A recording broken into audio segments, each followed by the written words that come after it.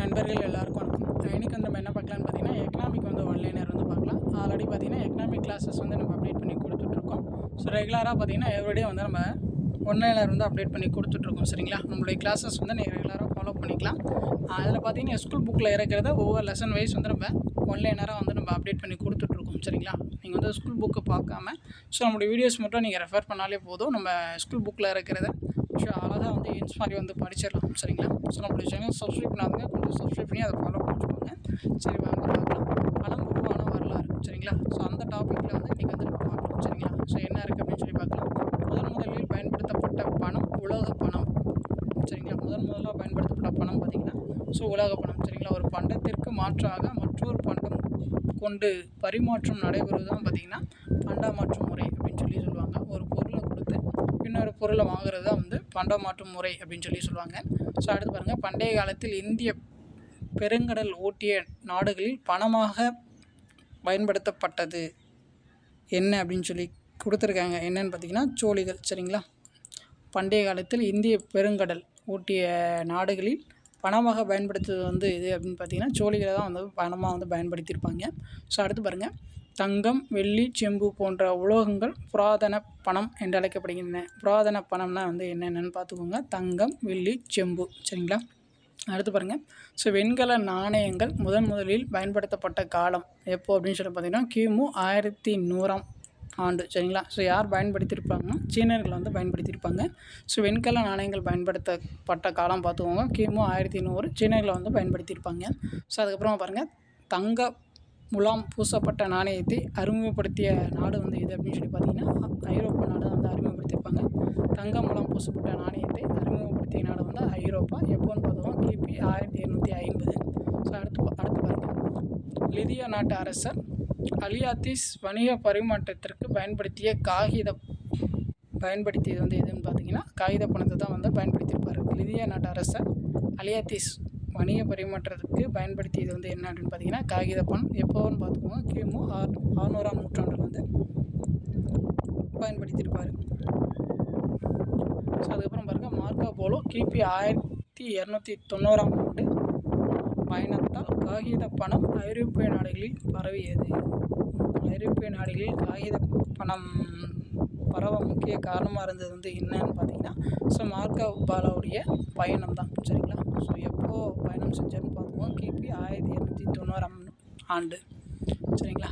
So அடுத்து பாருங்கள், காகித பணத்தை முதலில் அச்சடித்த நாடு எது அப்படின்னு பார்த்தீங்கன்னா ஸ்வீடன் நாடு. கிபி 1663. காகித பணத்தை முதலில் அச்சடித்த நாடு ஸ்வீடன். கிபி 1663. தந்தி மூலமான மின்னணு பரிவர்த்தனை முயற்சி மேற்கொள்ளப்பட்ட ஆண்டு எதுன்னு பார்த்தீங்கன்னா கிபி 1860. தந்தி மூலமான மின்னணு பரிவர்த்தனை முயற்சி மேற்கொள்ளப்பட்ட ஆண்டு கிபி 1860. அடுத்து பாருங்கள், கடன் அட்டை, கிரெடிட் அட்டை அப்படின்னு சொல்லுவாங்க. கடன் அட்டை உருவாக்கியவர் யார் அப்படின்னு பார்த்தீங்கன்னா ஜான் பிக்கின்ஸ். அவர் தான் உருவாக்கியிருப்பார். எப்போ அப்படின்னு பார்த்தீங்கன்னா கிபி 1946. ஸோ கடன் அட்டையை உருவாக்கியவர் ஜான் பிக்கின்ஸ், கிபி 1946. அடுத்து பாருங்கள், மொபைல் பேங்கை அறிமுகம் செய்தவை யார் அப்படின்னு பார்த்தீங்கன்னா ஐரோப்பிய வங்கிகள். ஸோ அவங்க தான் மொபைல் பேங்கை அறிமுகம் செஞ்சுருப்பாங்க. ஸோ எப்போ அப்படின்னு பார்த்தீங்கன்னா கிபி 1999. மொபைல் பேங்கை அறிமுகம் செய்தவை என்னன்னு பார்த்தீங்கன்னா ஐரோப்பிய வங்கிகள். கிபி 1999. ஸோ அடுத்து பாருங்கள், NFC பண பரிவர்த்தனை அறிமுகம் செய்த நாடு எதுன்னு பார்த்தீங்கன்னா பிரிட்டன். NFC பண பரிவர்த்தனை அறிமுகம் செய்த நாடு பிரிட்டன் 2008. சரிங்களா? ஸோ அடுத்து பாருங்கள், இந்தியாவில் 2016 அறிமுகம் செய்யப்பட்டது. சரிங்களா? அடுத்து பாருங்கள், சுத்தமான பண செயல்பாடு துவங்கப்பட்ட ஆண்டு எப்போன்னு பார்த்தீங்கன்னா ஜனவரி 31, 2017. சுத்தமான பண செயல்பாடு துவங்கப்பட்ட ஆண்டு ஸோ 2017 ஜனவரி 31. சரிங்களா? ஸோ அதுக்கப்புறம் கருப்பு பணம் பற்றி பார்க்கலாம். ஸோ அரசுக்கு வரி செலுத்தாத பணம் தான் பார்த்திங்கன்னா கருப்பு பணம் அப்படின்னு சொல்லுவாங்க. அரசுக்கு வரி செலுத்தாத பணம் தான் கருப்பு பணம்னு சொல்லுவாங்க. கருப்பு சந்தையில் ஈட்டப்பட்ட வருமானம் மற்றும் செலுத்தப்படாத வரி கருப்பு பணம். கருப்பு சந்தையில் ஈட்டப்பட்ட வருமானம் மற்றும் செலுத்தப்படாத வரி தான் பார்த்திங்கன்னா கருப்பு பணம் அப்படின்னு சொல்லுவாங்க.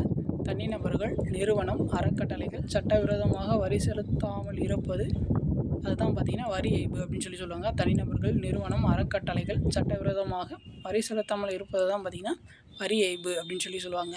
ஸோ அடுத்து பாருங்கள், இந்தியாவில் கருப்பு பண மதிப்பிழப்பு மேற்கொள்ளப்பட்ட ஆண்டு வந்து எப்போ அப்படின்னு சொல்லி பார்த்தீங்கன்னா 8 நவம்பர் 2016. இந்தியாவில் கருப்பு பண மதிப்பிழப்பு செய்யப்பட்டது வந்து எப்போனா நவம்பர் 8, 2016 தான் வந்து இந்த ₹500 1000 நோட்டுகளை பண மதிப்பிழப்பு வந்து செஞ்சுருப்பாங்க. ஸோ அதுக்கப்புறம் பார்த்திங்கன்னா சட்டங்கள்லாம் வந்து ரொம்ப முக்கியம் பாருங்கள். பண மோசடி சட்டம் 2002 வந்து கொண்டு வந்திருப்பாங்க. அதுக்கப்புறம் பார்த்திங்கன்னா பண மோசடி சட்டம் மூலம் நிதி சட்டம் வந்து 2015 வந்து கொண்டு வந்திருப்பாங்க. ஸோ அடுத்து பாருங்கள், ஊழல் தடுப்பு சட்டம் வந்து எப்போ கொண்டு வந்திருப்பாங்கன்னு பார்த்தீங்கன்னா 1988. ஊழல் தடுப்பு சட்டம் வந்து 1988. அடுத்து பாருங்கள், வெளிக்கொணரப்படாத வெளிநாட்டு வருமானம் மற்றும் சொத்து மசோதா மற்றும் வரி விதித்தல் அது வந்து எப்போ கொண்டு வந்திருப்பாங்கன்னா 2015. வெளிக்கொணரப்படாத வெளிநாட்டு வருமானம் மற்றும் சொத்து மசோதா மற்றும் வரி விதித்தல் ஸோ 2015 வந்து கொண்டு வந்திருப்பாங்க. அதுக்கப்புறம் பார்த்திங்கன்னா பினாமி பரிவர்த்தனை தடுப்பு சட்டம் வந்து 1988 வந்து கொண்டு வந்திருப்பாங்க. 2016 வந்து திருத்திருப்பாங்க. பினாமி பரிவர்த்தனை தடுப்பு சட்டம் 1988 கொண்டு வந்திருப்பாங்க. 2016 வந்து திருத்தியிருப்பாங்க. ஸோ அதுக்கப்புறம் பார்த்திங்கன்னா ரியல் எஸ்டேட் ஒழுங்குமுறை சட்டம் வந்து 2016 வந்து கொண்டு வந்திருப்பாங்க. சரிங்களா? ஸோ அவ்வளோதான், இன்றைக்கி வந்து போதும். ஸோ பேலன்ஸ் வந்து நம்ம நாளையிலேருந்து கண்டினியூ பண்ணலாம். ஒவ்வொரு எக்கனாமிக் கிளாஸஸும் பார்த்திங்கன்னா அழகாக வந்து நம்ம ஒன் பை ஒன்னாவது லைன்ஸ் வந்து அழகாக வந்து கொடுத்துருப்போம். ஸோ நீங்கள் வந்து அழகாக வந்து ரெஃபர் பண்ணிக்கலாம். சரிங்களா? உங்களுக்கு வேறு ஏதாச்சும் டவுட் இருந்துச்சுன்னா நீங்கள் வந்து கமெண்ட் பண்ணுங்கள். ஸோ இப்போ தான் வந்து நம்ம சேனல் ஃபஸ்ட் டைம் பார்க்குறீங்கன்னா கொஞ்சம் சப்ஸ்கிரைப் பண்ணுங்கள், சப்போர்ட் பண்ணுங்கள், ஃப்ரெண்ட்ஸ்க்கும் வந்து ஷேர் பண்ணுங்கள். தேங்க்யூ.